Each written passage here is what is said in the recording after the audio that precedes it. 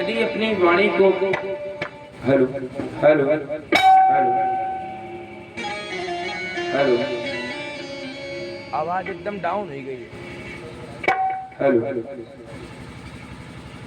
Hello hello hello hello, अपने मन और वाणी को पवित्र करने के लिए 2 बार भगवान का भजन करते हैं, क्योंकि कहा जाता है हमारा जो हृदय है ये कैसा है, ये दूषित हृदय है और इसको पवित्र करना है तो कैसे पवित्र होगा। तो सर्वप्रथम भगवान का जब नाम हमारे मुख से निकलेगा तो हमारे हृदय में विराजमान काम, क्रोध, मोह, लोभ आदि ये जो मत्सर ईर्ष्या से भरा हुआ है ये निकलेगा। तो भगवान की पावन कथा हमारे हृदय में तभी प्रवेश करेगी जब हम अपने मन और वाणी को पवित्र करेंगे। तो आइए मन और वाणी को पवित्र करने के लिए 2 बार भगवान का भजन और तदुपरांत आगे की परम पावन मंगलमय कथा। बोले वृंदावन बिहारी लाल की। हम सभी लोग गाएंगे हमारे साथ में। श्री राम जय राम जय जय राम, श्री राम जय राम जय जय राम, राम जय राम जय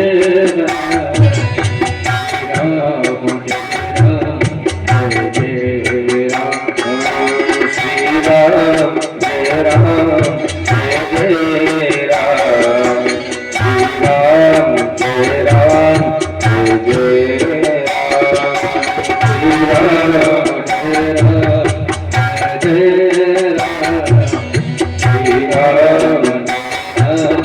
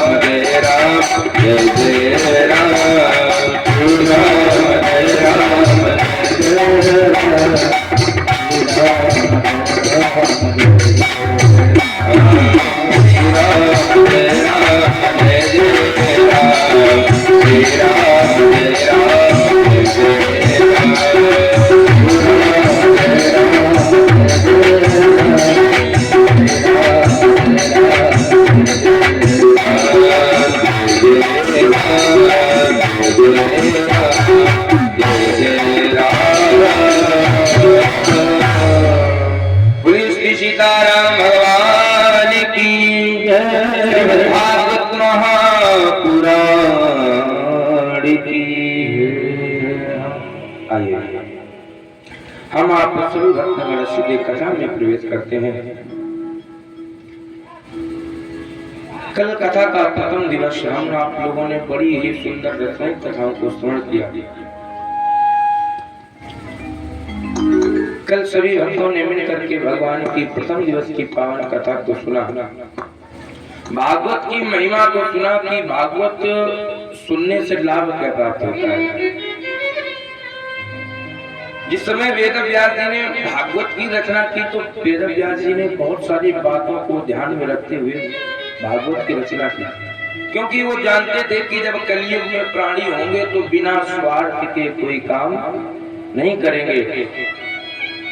और यदि वेद व्यास जी भागवत में महिमा ना लिखते तो शायद आज कोई जब महिमा जानते नहीं और जब लोग जानेंगे नहीं उसके विषय में तो फिर आज के समय में कोई धर्म नहीं करता था। तो इसलिए मानो वेद व्यास जी ने भागवत में 6 अध्यायों में महात्मा में महिमा का वर्णन किया। देखिए जो भागवत ये पुराण है ये कोई कागज की पुस्तक नहीं है, ये जो पुराण है ये साक्षात भगवान श्री कृष्ण की प्रत्यक्ष वांग्मयी मूर्ति है। आप कहेंगे ये कैसे, ऐसे तो सारे ग्रंथ लिखे हैं सभी में भगवान है, लेकिन भागवत में प्रत्यक्ष भगवान कृष्ण विराजमान है ये आपने कैसे कह दिया। जिस समय भगवान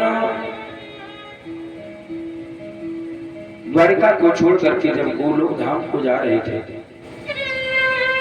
जब भगवान स्वधाम गमन के लिए जाने लगे तो उद्धव जी आकर के भगवान कृष्ण के पास आए। उद्धव जी और उद्धव जी ने भगवान कृष्ण के पास में आकर के पूछा, सरकार यदि आप चले जाओगे तो फिर वेद को कौन मानेगा। संसार में जितने ग्रंथ हैं ये सब ग्रंथों को कलयुग के प्राणी जला देंगे, इनका अनिष्ट कर देंगे, और यदि हम आपको फिर पूजेंगे तो फिर कहाँ ढूंढेंगे। तो उसी समय भगवान कृष्ण ने उद्धव से कहा, उद्धव हम कहीं नहीं जा रहे हैं, हम कहीं जाने वाले नहीं, ये जो भागवत ग्रंथ है इसी में साक्षात विद्वान है। मानो भगवान श्री कृष्ण उसी समय इस भागवत पुराण में आकर के विद्वान हो गए। तभी भागवत जी में श्लोक आया है, तेनेयम वाग्मयी मूर्ति प्रत्यक्षावर्तते हरि। ये जो भागवत महापुराण है ये कोई साधारण ग्रंथ नहीं है भैया, ये तो भगवान का एक स्वरूप है। और परिचित ध्यान देने वाली बातें, ये जो भागवत है इसमें कितने स्कंद हैं। जैसे रामायण में 7 कांड हैं, ऐसे ही भागवत में कितने स्कंद हैं। भागवत में 12 स्कंद यानी 12 स्कंद, 335 अध्याय और 18,000 श्लोक हैं। इतना होने के बाद भी वेद व्यास जी ने 6 अध्याय मात्र इसलिए लिखे कि यदि हम महिमा का वर्णन नहीं करेंगे तो फिर लोग भागवत नहीं सुनेंगे, ग्रंथों को नहीं मानेंगे। इसलिए वेद व्यास जी ने 6 अध्यायों में भागवत की महिमा का वर्णन किया। और हम आप लोगों ने बड़े ही श्रद्धा के साथ में बहुत सुंदर पावन कथा को सुना। भागवत से भक्ति और ज्ञान वैराग्य भी पुष्ट हो जाते हैं। भागवत में अनेक महिमाएं। अरे यहाँ तक जो छोड़ो, आपने सुना कि भागवत कथा सुनने के बाद में प्रेत को भी उन्हीं से मुक्ति मिल जाती है। तो वास्तव में इस संसार में भागवत के सिवा कोई ऐसा ग्रंथ नहीं है जो प्रेत योनि में जाने के भी बाद में मुक्ति दिला दे। भागवत एक ऐसा ग्रंथ है, यदि तुम प्रेत योनि में भी चले जाओगे तो तुम्हारी मुक्ति हो जाएगी। भागवत और रामायण, गीता कोई अंतर नहीं, ये तीनों एक ही हैं। न राम अलग है, न कृष्ण अलग है, सब एक हैं। राम कृष्ण दो एक हैं, राम कृष्ण दो एक हैं,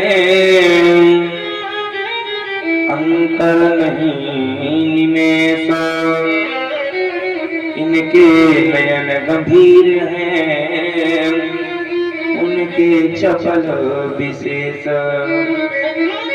भैया राम जी में और कृष्ण जी में कोई अंतर नहीं है। अब आप कहोगे राम और कृष्ण में अंतर कैसे नहीं, तो हम भी आपको बता दें, राम और कृष्ण में कोई अंतर नहीं। राम जी की कितनी माताएं हैं? परिचित जी, राम जी की कितनी माताएं हैं? राम जी की 3 माताएं। यदि राम जी की 3 माताएं हैं तो भगवान कृष्ण की भी 3 माताएं हैं। राम जी की 3 माताएं हैं, कौशल्या, कैकेयी, सुमित्रा। तो भगवान कृष्ण की भी 3 माताएं, देवकी, यशोदा, रोहिणी।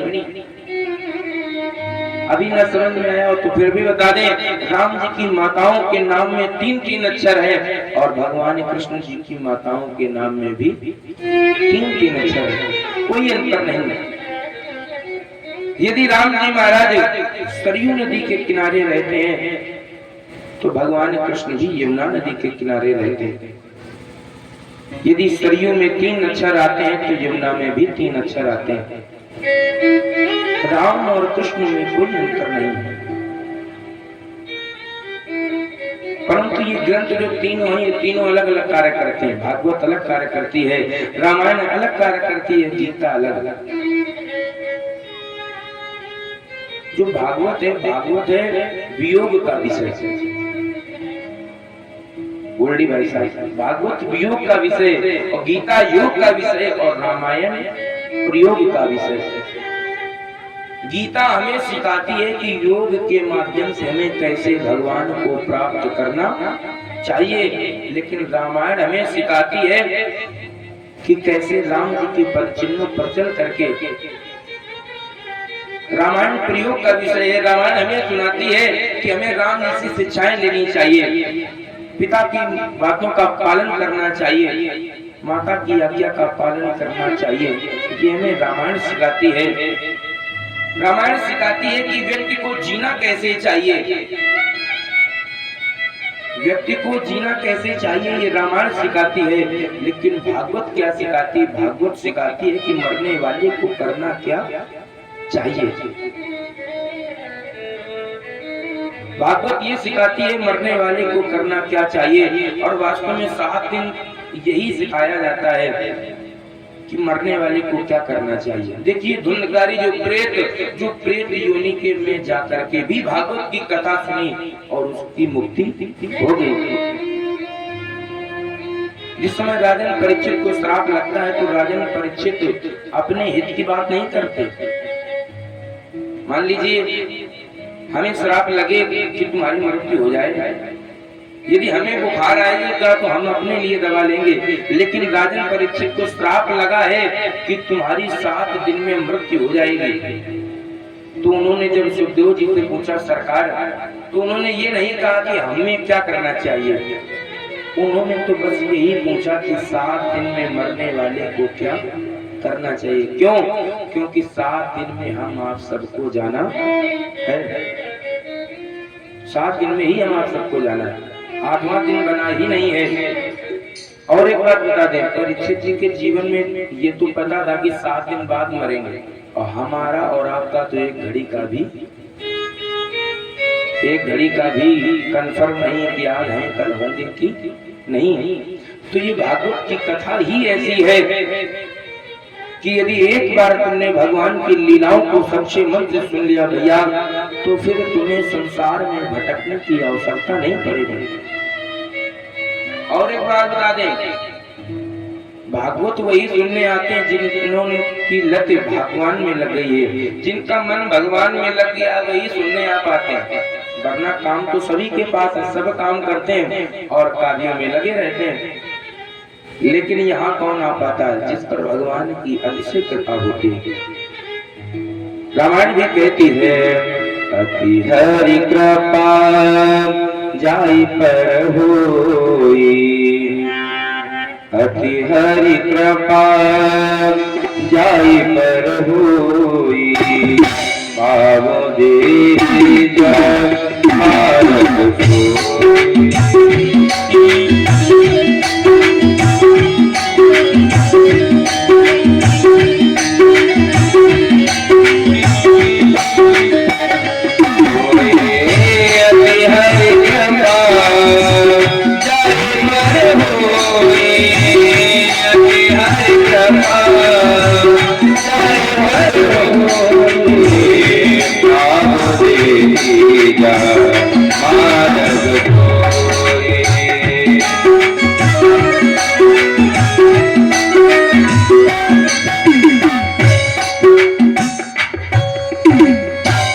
हरि कृपा जाई पर होई, पावो देहि जा मार्ग सोई।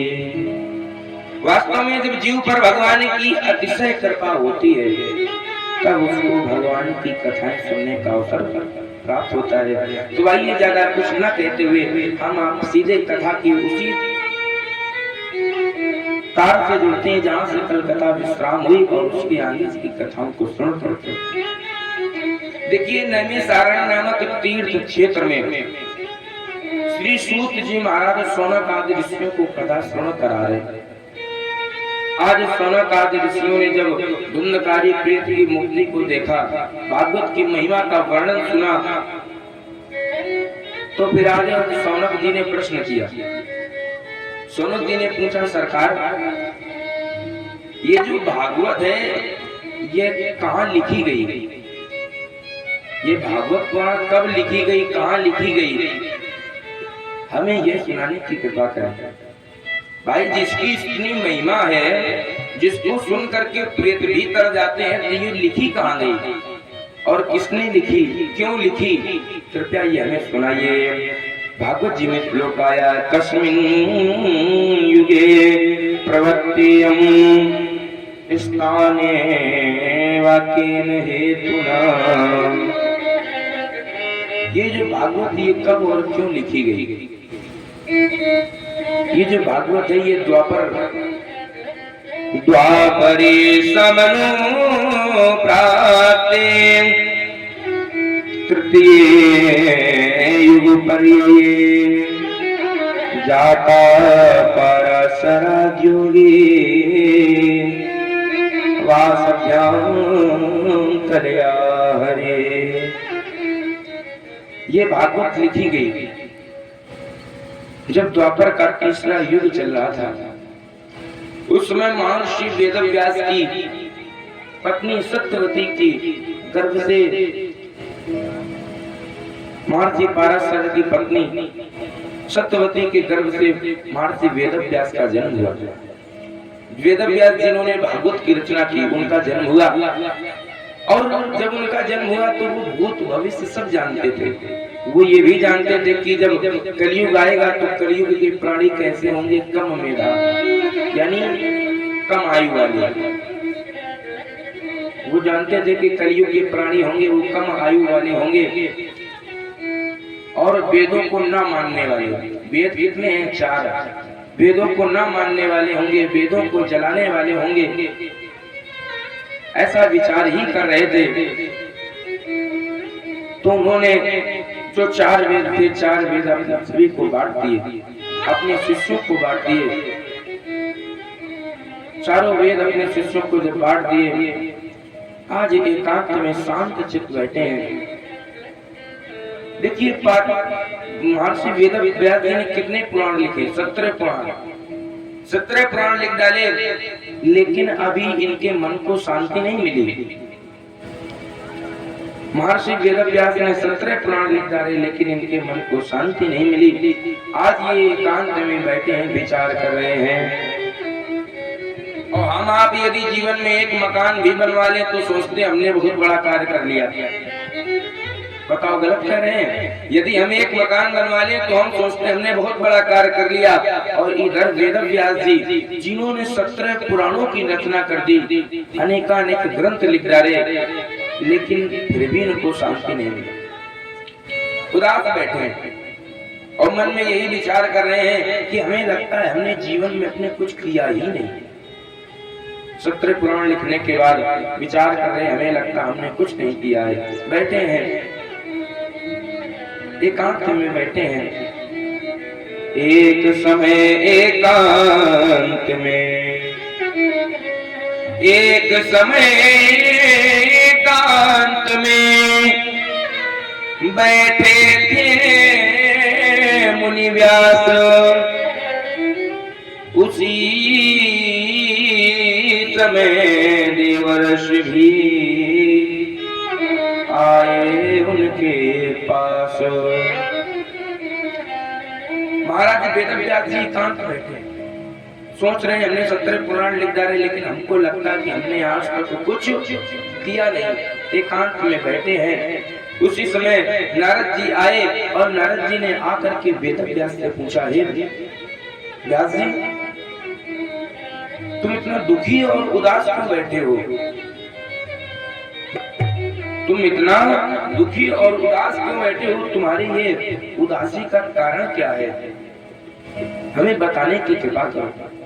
तो आज महर्षि वेदव्यास जी कह रहे हैं, सरकार नारद जी से कह रहे हैं, प्रभु हम आपको क्या बता सकते हैं? हम क्या बता सकते हैं? आप तो अंतर्यामी हो और आप खुद ही देख लो हम क्यों उदास हैं।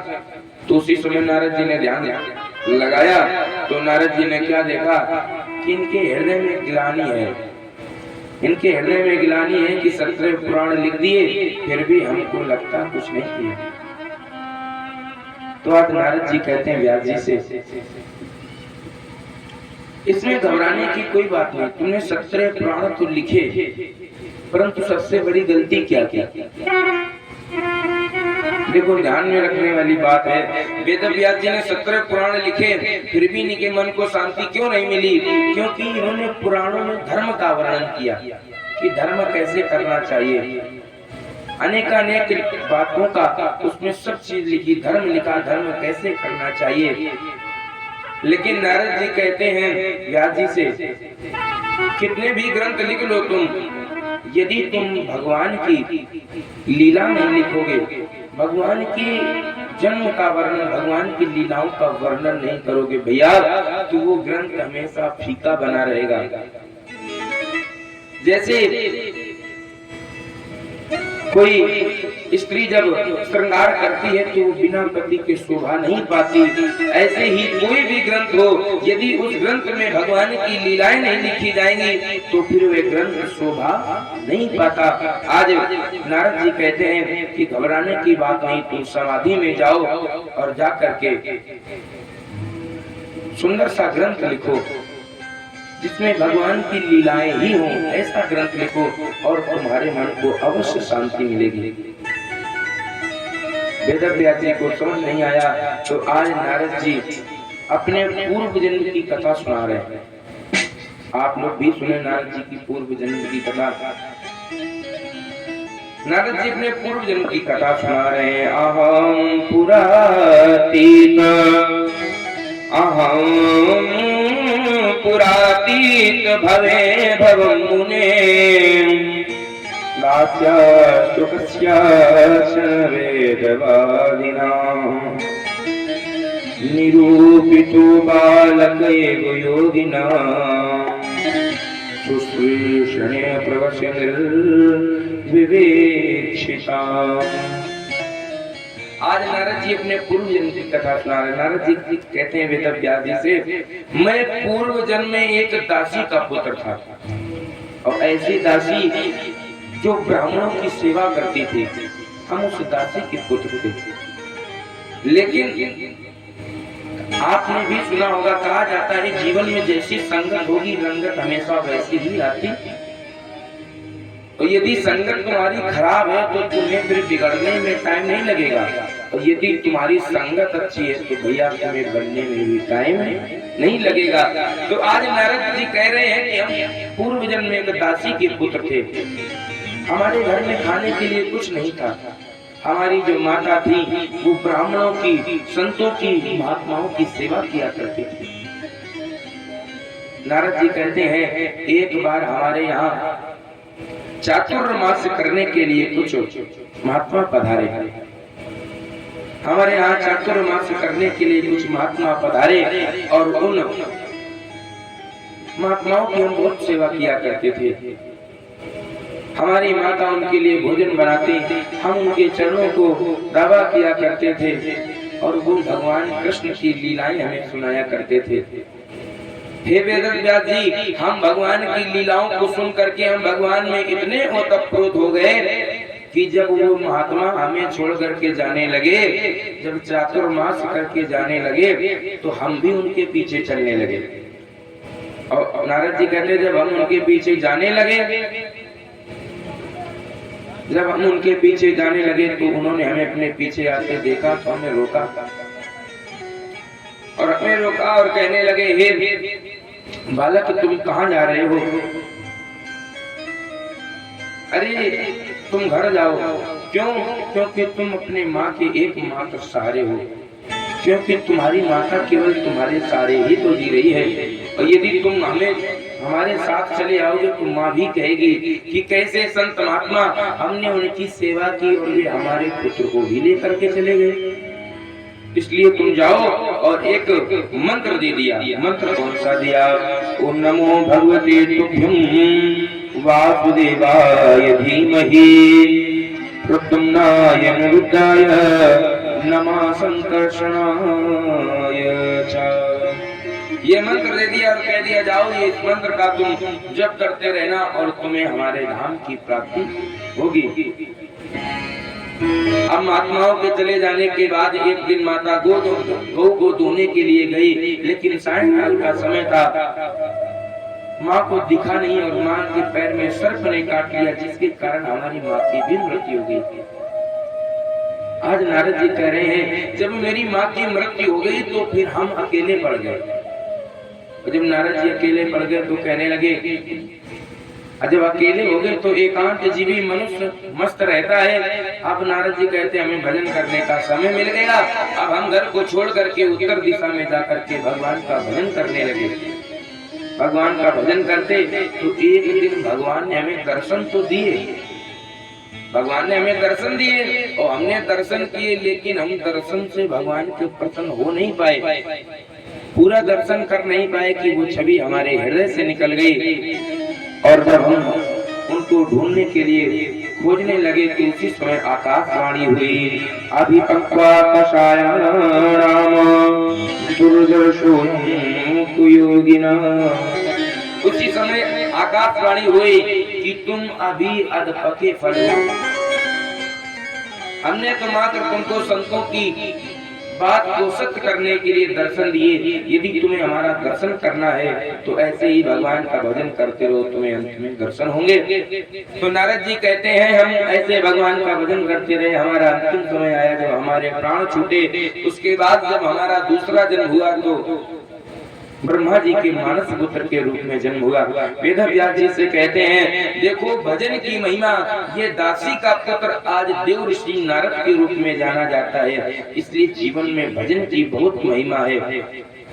आज ऐसा कह करके नारद जी चले गए, और नारद जी के चले जाने के पश्चात नारद जी जब चले गए तो नारद जी के चले जाने के पश्चात आज महर्षि वेदव्यास कहाँ गए?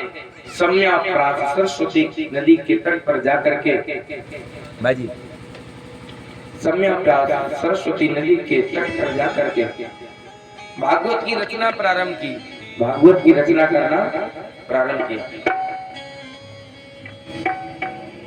4 श्लोकों की भागवत थी। उन 4 श्लोकों से वेद व्यास जी ने 18 श्लोकात्मक भागवत की रचना की। देखिए बहुत ध्यान देने वाली बात है, जब वेद व्यास जी ने भागवत की रचना कर दी, अब विचार किया कि इसके योग कोई होना चाहिए। अब मान लीजिए हमारे पास काफी संपत्ति है, लेकिन उसको देने योग्य तो कोई होना चाहिए। और अगर किसी नशे वाले को दे दिया तो वो दूसरे दिन चौपट कर देगा सब। भाई हमारे पास बहुत संपत्ति है, लेकिन देना उसको चाहिए जो धर्म में लगाए, और अधर्म में लगाने वाले को क्या, वो थोड़ी ही देर में सब मिट्टी में मिला देगा। इसलिए वेद व्यास जी ने विचार किया कि ये किसको देनी चाहिए।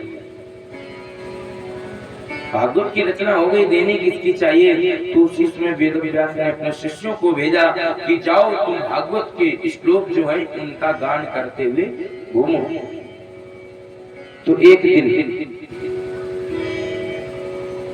एक दिन वेद व्यास जी के जो शिष्य हैं श्लोकों का गान करते करते कहाँ पहुंचे, जहाँ सुखदेव जी महाराज। कौन सुखदेव जी महाराज, जिनकी कल कथा को सुना, जो घर को छोड़ करके, अवधूत वेश वाले जो घर को छोड़ करके वन में चले गए, और वो वहाँ सुखदेव जी महाराज बैठे हैं। वेद व्यास जी के शिष्य जो हैं वो श्लोकों का गान कर रहे हैं। कैसा श्लोक, वरहापीडं नटवरवपु कर्णयो कर्णिकारं बिभ्रतवासा कनक कपिसं वैजयन्ती चमालां रंधानवे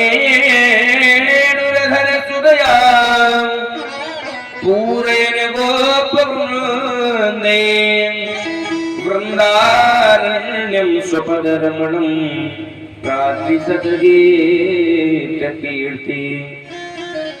वेद व्यास जी के शिष्य श्लोक गा रहे हैं, वरहापीडम बता रहे हैं भगवान का स्वरूप कैसा है। मस्तक पर मोर मुकुट, गले में कुंडल की माला और चंदन का तिलक लगाए हुए सर्वांग सुंदर भगवान के रूप का वर्णन कर रहे हैं। और जब ये सुखदेव जी ने सुना कि इतने सुंदर भगवान हैं, तो उनका मन हुआ कि चल करके हमें इनके दर्शन करने चाहिए। तो वो अपने समाधि से उठ गए और चलने लगे। लेकिन फिर उन्होंने विचार किया कि जो सुंदर होता है उससे अपने रूप का भी अभिमान होता है, और कहीं हम सुंदरता के चक्कर में हम अगर उनके पास चलेंगे तो कहीं वो हमें ग्रहण ही ना करें, हमें अयोग्य जान करके भगा दें। इसलिए पुनः समाधि में बैठ गए। अब जब पुनः सुखदेव जी समाधि में बैठे तो व्यास जी के शिष्यों ने दूसरा श्लोक बोला, अहोवकीयं स्तनकालकूटं जिह्वां सयापात् यदिरप्यसाध्यं लेभे गतिं ृचुतान्ततोन्यं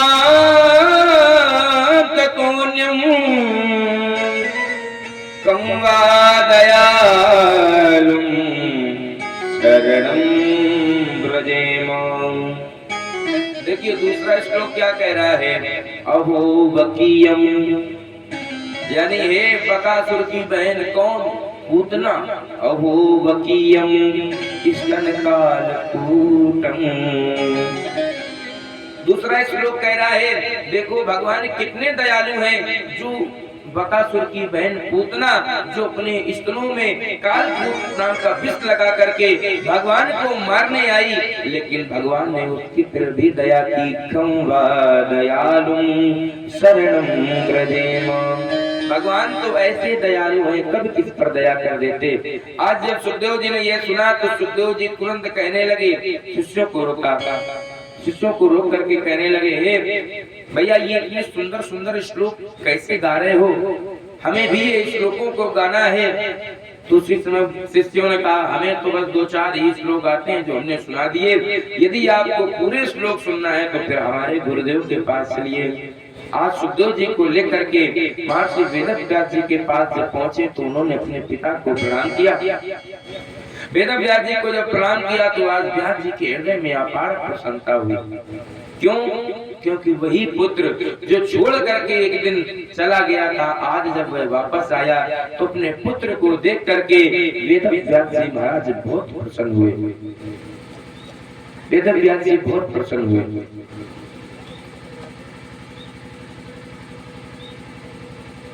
वेदव्यास जी महाराज जब प्रसन्न हुए तो उन्होंने कहा, हे सुखदेव, हमें तुम हमारे योग्य लग रहे हो, इसलिए ये हम भागवत का पुराण जो है हम तुम्हें सौंपते हैं, इसका तुम ज्ञान करो। यार भाई कुछ लगाओ।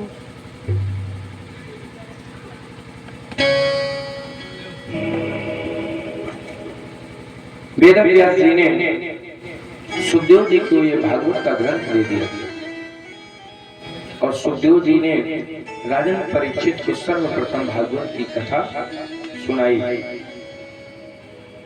सौनक ऋषि सूत जी से प्रश्न करते हैं, गुरुदेव,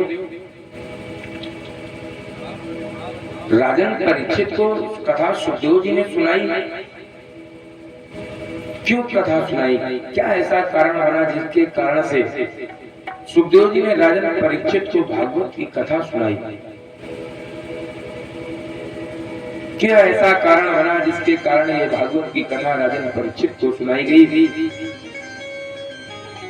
तो आज सूत जी महाराज कहते हैं, सौनकादि ऋषियों, हम सर्वप्रथम तुम्हें राजा परीक्षित के जन्म की कथा सुनाते हैं। राजन परीक्षित का जन्म कैसे हुआ पहले ये जान लेना चाहिए। तो आज राजन परीक्षित के जन्म की कथा को सुनाना प्रारंभ किया। राजन परीक्षित का जन्म कैसे हुआ? अब देखो यहाँ पर भी ध्यान देने वाली बात है, ये जो भागवत है इसका प्रारंभ कहाँ से हुआ है? जहाँ से महाभारत का विश्राम होता है वहीं से भागवत का प्रारंभ होता है, और जहाँ से भागवत का विश्राम होता है वहीं से महाभारत का प्रारंभ होता है। जहाँ से महाभारत विश्राम वहीं से भागवत प्रारंभ होती है, और जहाँ से भागवत विश्राम होती है वहाँ से महाभारत प्रारंभ होती है। तो आइए बहुत ही सुंदर प्रसंग राजा परीक्षित के जन्म की पावन कथा, उससे पहले तो भगवान का संकीर्तन, तदुपरांत भगवान की पावन कथा।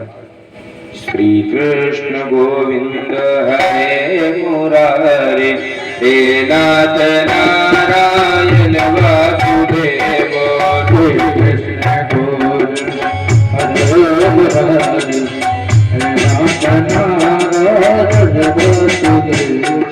श्री कृष्ण गोविंद हरे मुरारे, श्री कृष्ण गोविंद हरे मुरारे, हे नाथ नारायण वासुदेव, हे नाथ नारायण वासुदेव।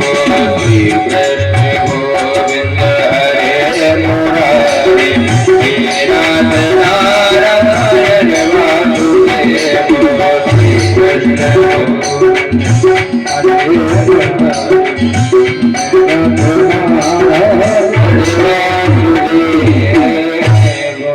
आइए महाभारत से जो श्लोक भागवत में आया है, यदा मृधे को रव संजयानां वीरे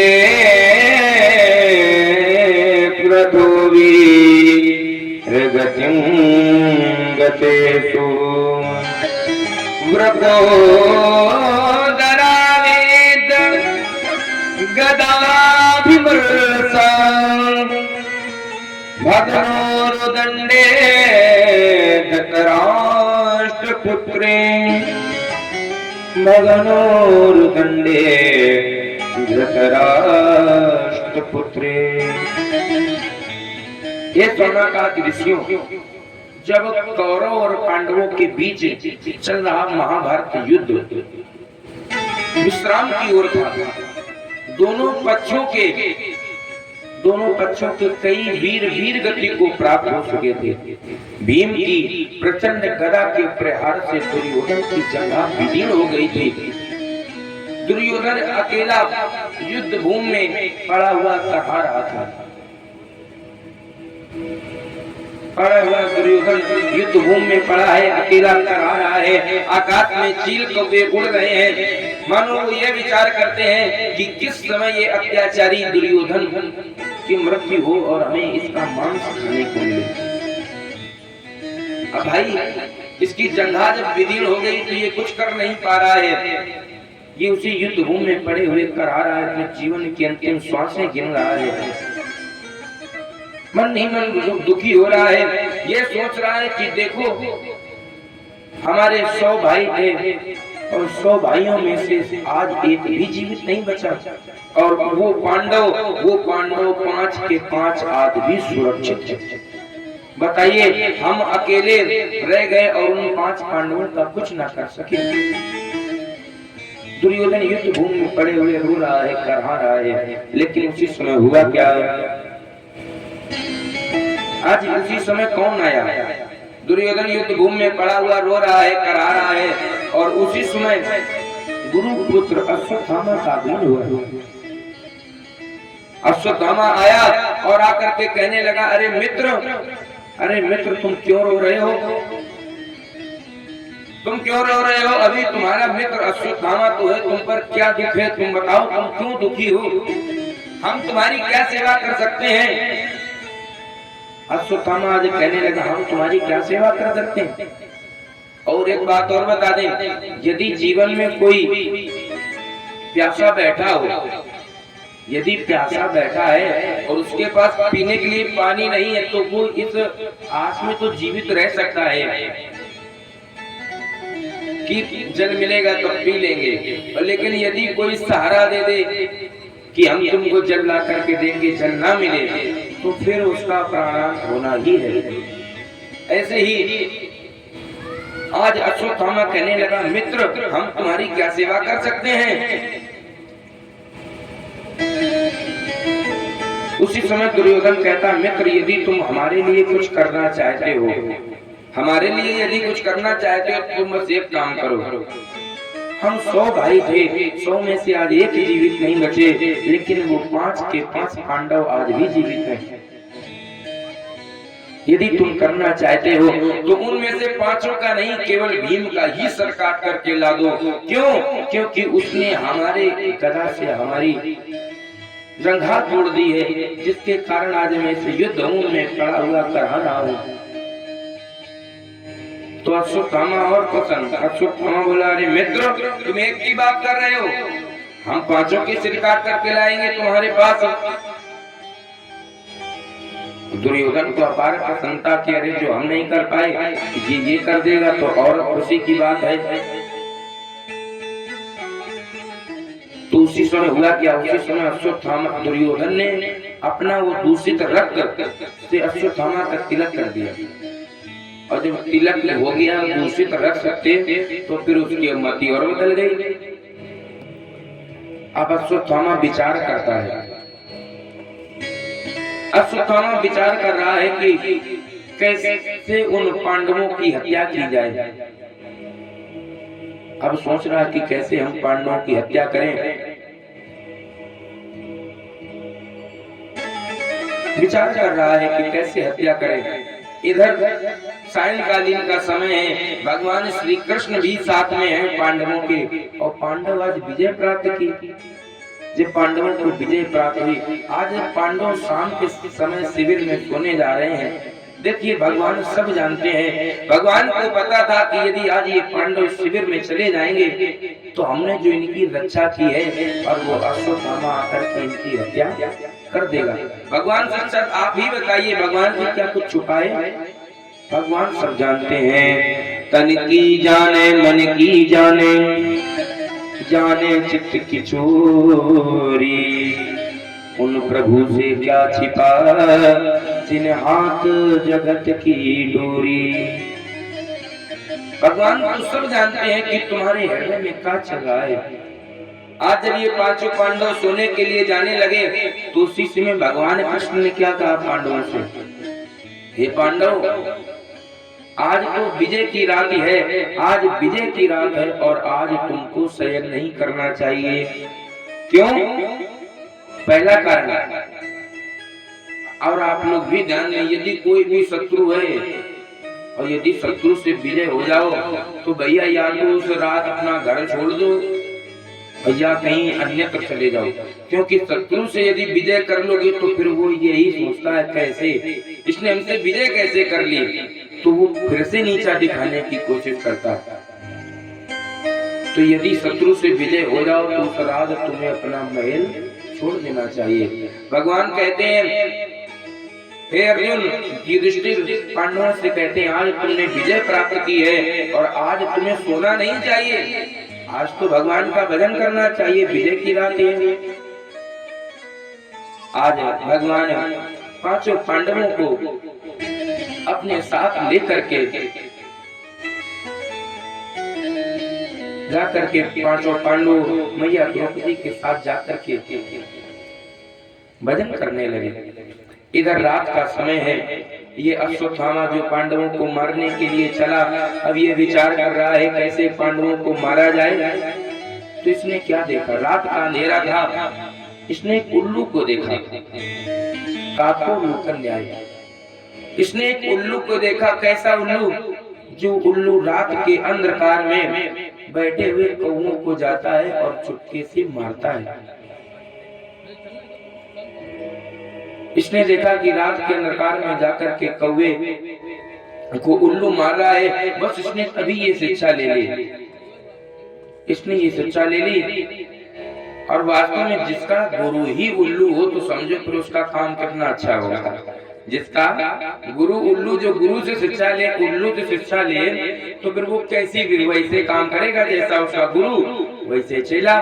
तो आज फिर इसने जब उल्लू से शिक्षा ली, ये रात के अंधकार के अंधेरे में जा रहा है। इधर जब पांचों पांडव जब भजन करने के लिए चले गए तो जो उनके पुत्र थे, एक बात और है, जीवन का अनुभव है, जब पिता कहीं चला जाता तो पुत्र सोचता है कि आज हम पिता के स्थान पर ही सो जाएं जाकर के। पुत्र यही सोचता है कि आज पिता कहीं गए हैं तो पिता का आसन खाली पड़ा है और हम जाकर के उसी आसन पर अच्छे से सोएंगे। आज पांचों पांडवों के जो पुत्र थे ये सब जाकर के अपने पिता के आसन पर जाकर के लेट गए। इन पांचों को क्या पता था कि आज ये रात हमारी अंतिम रात होगी। ये पांचों पुत्र जाकर के शयन करने लगे। इधर अश्वत्थामा जो रात के अंधकार में आया, तलवार को लेकर के आया और इसने मैया द्रौपदी के सोए हुए पांचों पुत्र जो लेटे थे, इसने सोचा कि हमें लगता है ये पांचों पांडव ही लेटे हैं। तो उसने किया क्या, इसने अपनी तलवार के द्वारा उन पांचों पांडव पुत्रों का सर धड़ से अलग कर दिया। रक्त की धार निकलने लगी। अरे ये बहुत प्रसन्न हुआ कि हमने जो काम दुर्योधन के 100 भाई मिलकर के नहीं कर पाए, ये कार्य आज हमने अकेला कर दिया। ये बहुत प्रसन्न हुआ और प्रसन्न हो करके ये उन पांचों सिर को लेकर के कहां पहुंचा, जहां युद्ध भूमि में दुर्योधन पड़ा करा रहा है और जाकर के कहने लगा, अरे मित्र तुम एक ही बात कर रहे थे, अरे जो तुम काम जीवन में नहीं कर पाए वो आज हमने एक रात में कर दिखाया। तुम एक की बात कर रहे थे, हम तो पांचों पांडवों की सर लेकर के चले आए। अब दुर्योधन को प्रसन्नता हुई कि अरे जो हम नहीं कर पाए इसने कर दिया। दुर्योधन कहने लगा, अरे मित्र अब देर क्यों करते हो, हमें उस भीम का सर ला करके दो, जिस भीम की प्रचंड गदा के प्रहार से मेरी जंघा विदीर्ण हो गई है, जिसके कारण मैं इस युद्ध मुंह में पड़ा हुआ करा रहा हूँ। इसलिए मित्र हमें तुमसे कुछ नहीं चाहिए, हमें केवल उस भीम का सर ला करके दे दो। अश्वत्थामा ने भीम के जैसे दिखने वाले भीम के पुत्र का सर जब दुर्योधन को पकड़ाया, आज दुर्योधन ने जैसे ही उस भीम के पुत्र का सर लेकर के उस सर को जैसे ही हाथों से दबाया, आज ये सर चकनाचूर हो गया। भैया वह जब सर चकनाचूर हुआ तो दुर्योधन समझ गया कि ये भीम का सर नहीं हो सकता। क्यों? क्योंकि भीम तो बलवानों में बलवान है, श्रेष्ठ है। ये भीम का सर नहीं हो सकता। क्यों कि जब एक बार युद्ध हुआ तब हमने अपनी प्रचंड गदा जब उसके मस्तक पर मारी थी तो टंकार की आवाज हुई थी। और ये उस भीम का सर कैसे हो सकता है जो हमारे हाथों से आज टूट गया। अरे आज जब दुर्योधन ने अश्वत्थामा के लिए हुए अन्य सरों को देखा, जब दूसरे सरों को देखा तो जान गया, कहने लगा अरे अरे तुमने ये क्या कर दिया अश्वत्थामा, अरे अश्वत्थामा तुमने तो हमारे कुल का विनाश कर दिया, तुमने तो हमें जल देने के लिए किसी को जीवित नहीं छोड़ा। अरे हमारा पैर इन निपराध बालकों से क्या था, भला इन बालकों ने हमारा क्या बिगाड़ा जिनकी हत्या तुमने कर दी। अरे अश्वत्थामा हमने तुम्हारा क्या बिगाड़ा कि जो तुमने हम पर इतना बड़ा पाप किया हमारे साथ। हमारा तो बैर पांडवों से था ना कि पांडु पुत्रों से। लोग क्या कहेंगे कि देखो दुर्योधन को जिसने युद्ध में अपने कुल में भी किसी को जल देने के लिए नहीं छोड़ा। आज दुर्योधन को अपार दुख हुआ, आज दुर्योधन को अपार दुख हुआ और दुर्योधन को श्राप था कि जिस दिन तुम्हारे जीवन में प्रसन्नता और दुख एक साथ आएगा उसी दिन तुम्हारा प्राणांत हो जाएगा। आज दुर्योधन का भी प्राणांत हो गया। अब अश्वत्थामा समझ गया अरे हमसे ये क्या हो गया, अब हमसे अपराध हो गया, अब हमें पांडव जीवित नहीं छोड़ेंगे। इसलिए अश्वत्थामा बचने का प्रयत्न कर रहा, भागने लगा। इधर प्रातः काल हुआ, मैया द्रौपदी ने सोचा हमारे 5 पुत्र आज सो ही रहे हैं कब से, आज उठ करके क्यों नहीं आए। वास्तव में मैया वही माँ के जीवन में माँ अपने बच्चों से कितना प्रेम करती है ये केवल एक माँ ही जान सकती है। ये माँ के सिवा कोई और नहीं जान सकता। पिता भी अपने पुत्र से प्रेम करता है लेकिन जितना माँ करती है उतना कोई पिता प्रेम नहीं कर सकता। भैया विचार करो, आज मैया द्रौपदी सोच रही है कि हमारे पुत्र आए नहीं और सुबह से आते थे तो मैया मैया कहकर के पुकारने लगते थे। आज कैसी बात है कि हमारे पुत्र आज सो ही रहे हैं, बहुत समय हो गया। तो आज मैया द्रौपदी ने विचार किया कि चलो पुत्रों को सो रहे हैं उनको जगाएं चल करके। आज माता द्रौपदी जैसे ही अपने पुत्रों के समीप जा रही हैं तो मैया ने क्या देखा, मैया ने देखा कि शिविर से रक्त की धार बह रही है। मैया का जो हृदय है भैया वो दहक गया। मैया विचार करने लगी क्या है। अरे मैया ने जब अंदर जाकर के देखा तो माँ ने देखा कि धड़ तो परे हैं लेकिन शरीर नहीं है, सिर नहीं है, मस्तक नहीं मैया को मिला। तो आज मैया रोने लगी, माता शिशु नाम, माता शिशु नाम, निधनं सुतानां निशम्य घोरं परितप्यमानं तदा रुदग्वा सकला कुलाक्षी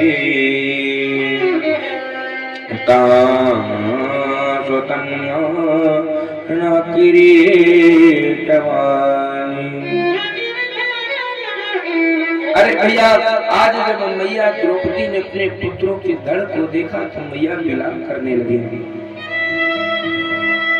मैया आज सोच रही हैं कि हमारे 5 पुत्र, अरे इन पुत्रों ने किसका क्या बिगाड़ा था जो इन पुत्रों को मार दिया किसी ने। मैया विचार कर रहे, मैया को अपार दुख है।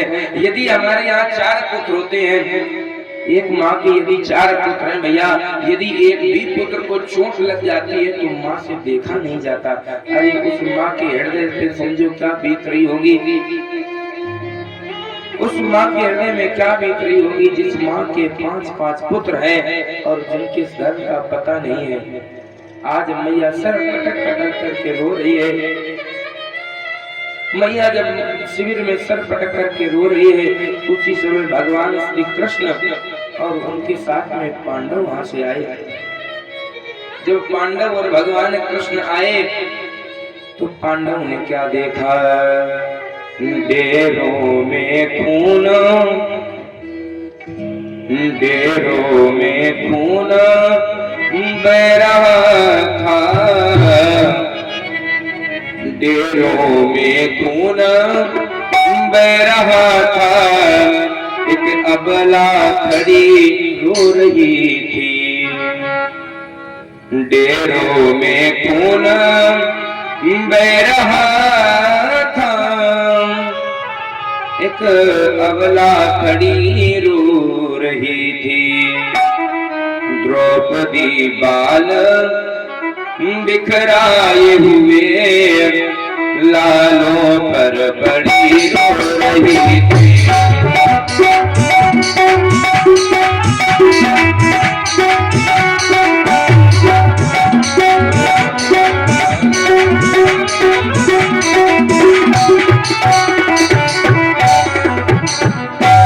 डेरों में खून बह रहा था, एक अबला खड़ी रो रही थी।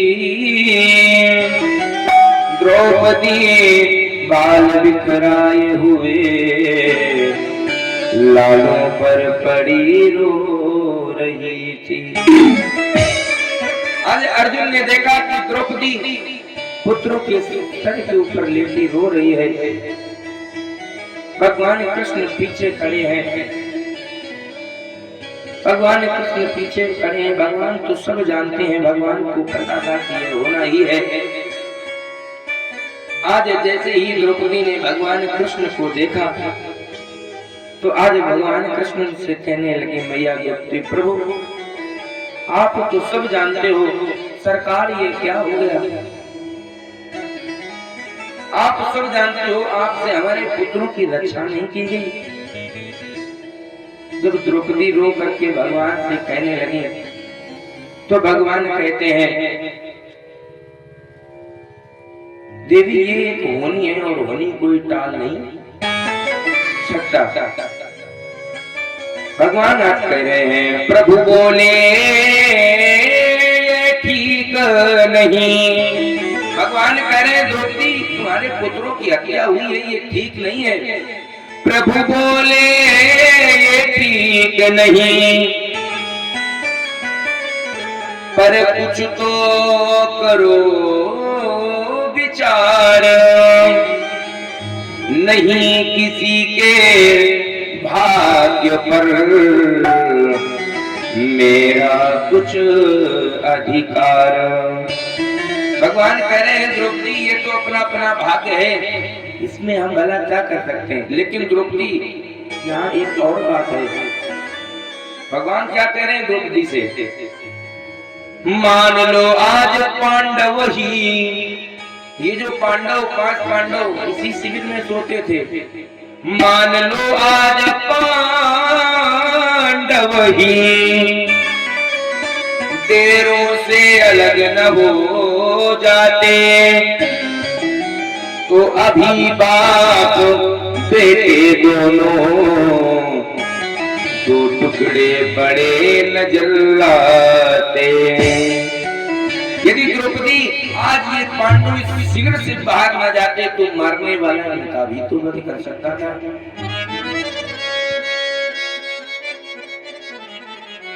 आज भगवान ने मैया द्रौपदी को समझाया, लेकिन अर्जुन से रहा नहीं गया। आज अर्जुन ने उसी समय प्रतिज्ञा कर दी। अर्जुन ने प्रतिज्ञा कर दी, हे द्रौपदी, हम तुम्हें वचन देते हैं, जिसने भी इन पुत्रों की हत्या की है, जिसने भी इन पुत्रों की हत्या की है, हम उसका सर काट करके तुम्हारे सामने यदि न समर्पित कर दें तो हम तुम्हें अपना मुंह नहीं दिखाएंगे। आज अर्जुन ने ऐसी प्रतिज्ञा कर ली कि पुत्रों को मारने वाले का सर हम काट करके तुमको देंगे आकर के, और यदि नहीं दिया तो हम तुम्हें अपना मुख नहीं दिखाएंगे। और भगवान तो सब जानते हैं, भगवान मन में बड़ा मुस्कुरा रहे हैं। भगवान कह रहे हैं अर्जुन ने प्रतिज्ञा तो ले ली, लेकिन ये पूरी कैसे करेंगे? क्यों? क्योंकि भाई वध करने वाला कोई और नहीं, वो तो गुरु का पुत्र है, और गुरु पुत्र तो स्वयं गुरु के समान होता है। अश्वत्थामा विचार कर रहा है कि हमें लगता है पांडव जान जाएंगे तो हमें मारेंगे, तो अश्वत्थामा अपने छिपने के लिए भागने लगा। इधर अर्जुन ने भगवान कृष्ण को आज्ञा दी। आज्ञा इसलिए दी कि भगवान कृष्ण का रथ चलाते थे। महाभारत युद्ध हुआ तब तक भगवान सारथी बने कि नहीं बने? भगवान को आज्ञा दी, भगवान रथ लेकर के चल पड़े। अर्जुन रथ में सवार अपने पुत्रों के हत्यारे को ढूंढने के लिए,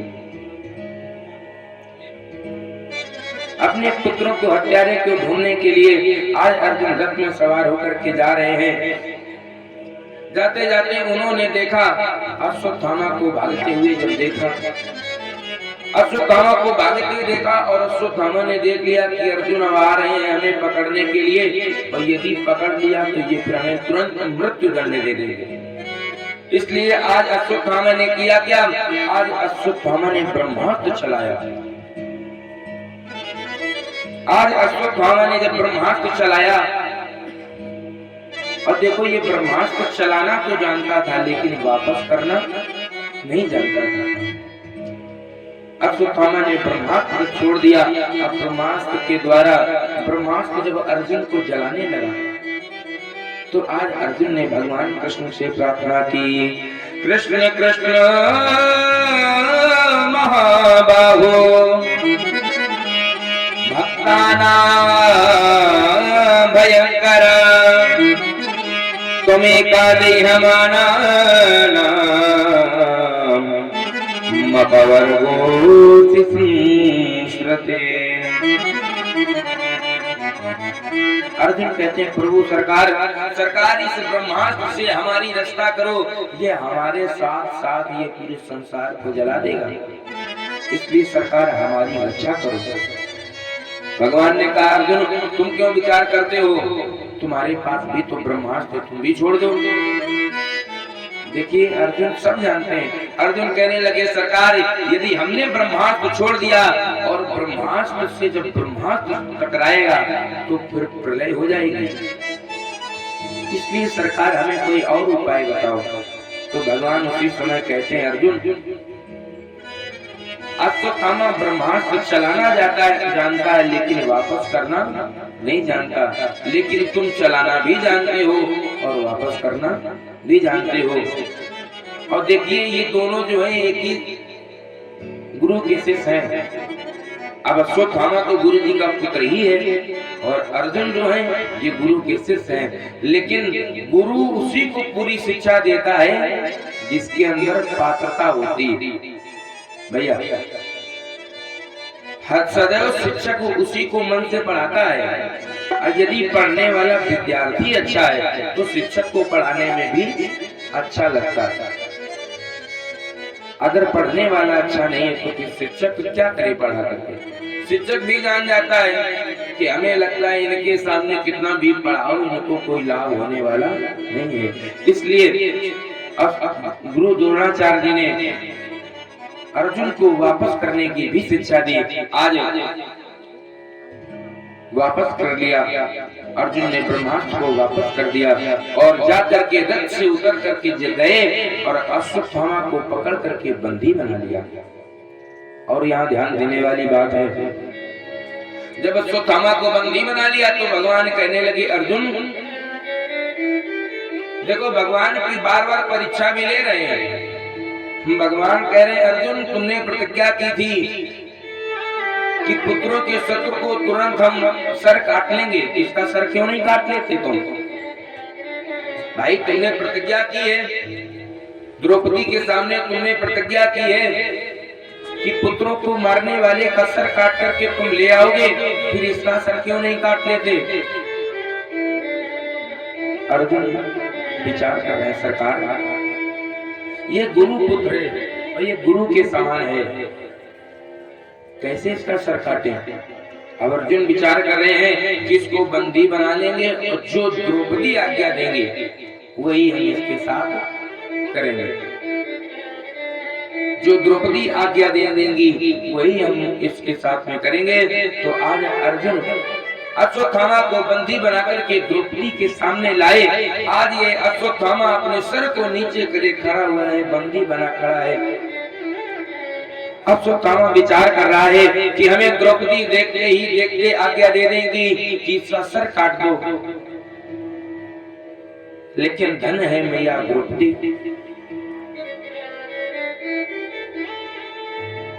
धन है मैया द्रौपदी, जिन्होंने अश्वत्थामा को जब बंदी बना देखा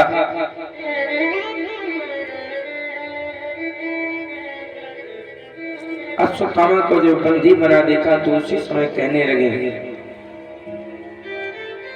इसको किसने बंधन में बांधा है? ये तो गुरु पुत्र है, ब्रह्म बंधुर्न हन्तव्यम्,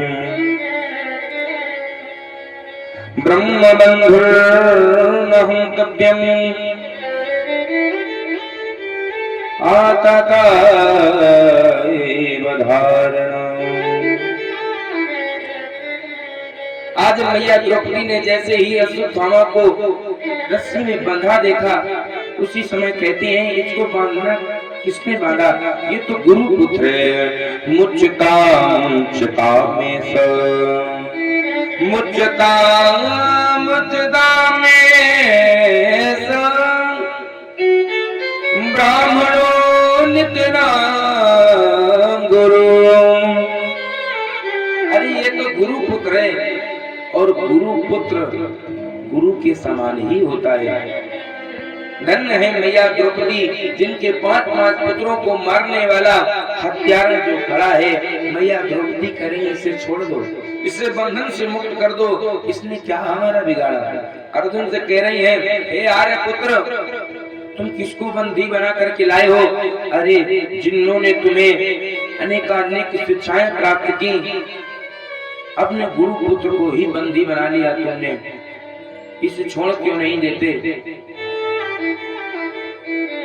अर्जुन कहते हैं, देवी तुम भूल रही हो, ये गुरु पुत्र तो है ही, लेकिन इसने हमारे पुत्रों को हत्या की है, ये हत्यारा भी है, इसलिए हम इसको नहीं छोड़ सकते। लेकिन मैया द्रौपदी कहने लगी, हम जानते हैं कि पुत्रों के जब पुत्र नहीं होता है तो कितना दुख होता है। और अश्वत्थामा की जो माता है मैया गौतमी, वो तो केवल अश्वत्थामा के सहारे ही जीवित है। क्यों? क्योंकि ना तो अश्वत्थामा के पिता हैं गुरु द्रोण, वो भी मारे जा चुके। मैया गौतमी सती होने जा रही थी, लेकिन वे अपने पुत्र के कारण सती नहीं हुई कि अश्वत्थामा के सहारे ही जीवित रह लेंगे। और यदि अश्वत्थामा को भी मार दोगे तो फिर मैया गौतमी किसके सहारे जीवित रहेंगे? मैया किसके सहारे जीवित रहेंगे? आज मैया द्रौपदी देखिए, मैया द्रौपदी के जीवन में इतना दुख है, 5 पुत्र मारे गए, लेकिन फिर भी वो ये नहीं चाहती है कि दूसरा भी दुखी हो। और आज की कोई माता हो तो कहे तुमने हमारे पुत्र को कैसे मारा? आज की यदि माता हो तो यही कहे तुमने हमारे पुत्र को मारा है तो तुम भी अपने पुत्र के 2 मारो। लेकिन धन है मैया द्रौपदी, जिनके 5 पुत्र मरे पड़े हैं, लेकिन फिर भी वो मैया गौतमी की बारे में सोच रही है अगर यदि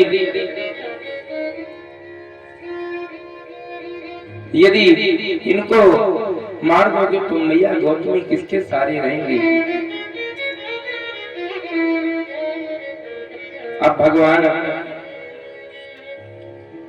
उसी समय भगवान कृष्ण कह रहे हैं, अर्जुन कहते हैं सरकार द्रौपदी छोड़ने को कह रही है और हम छोड़ देंगे। और द्रौपदी की बात अर्जुन आदि सभी को समझ में भी आई, लेकिन परंतु भीम कहने लगे यदि तुम छोड़ दोगे तो हम मारेंगे। भगवान से पूछते अर्जुन क्या करना चाहिए, तो भगवान कहते हैं ब्रह्म बंधुर्न हंतव्यम आतताई वधारणम। ब्राह्मण कैसा भी पतित हो,